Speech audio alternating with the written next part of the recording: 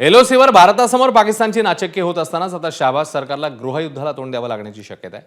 पाकिस्तानच्या सिंध प्रांताच्या गृहमंत्र्यांच्या घरावर नागरिकांनी हल्ला केल्याची घटना समोर आली आहे।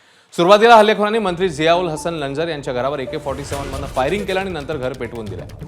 स्थानिक कालव्यांचा प्रकल्प आणि कॉर्पोरेट शेती प्रकल्पाला स्थानिकांचा विरोध आहे। या विरोधात आंदोलन सुरू असताना पोलिसांनी बळाचा वापर केला। पोलीस आणि आंदोलक आमने सामने आले असता 2 आंदोलकांचा मृत्यू झाला। त्यानंतर स्थानिक आंदोलकांनी सिंध प्रांताच्या गृहमंत्र्यांच्या घरावर हल्लाबोल केला।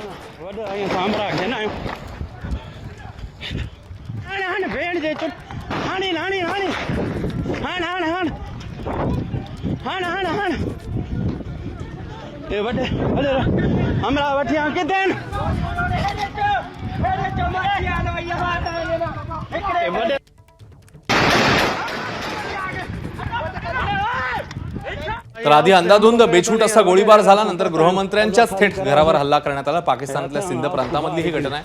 त्यामुळे पाकिस्तानमध्ये अंतर्गत अराजक कसं माजलेलं आहे याचा हा दृश्य पुरावा आता समोर येतोय। सिंध प्रांतातल्या गृहमंत्र्यांचंच घर हे जाळण्यात आलं। आधी गोळीबार झाला आणि मग घराची नासधूस करण्यात आली, घर पेटवून देण्यात आलं।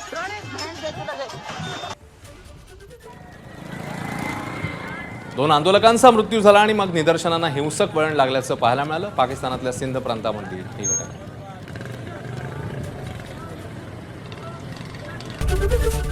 एबीपी माझा, उघडा डोळे बघा नीट।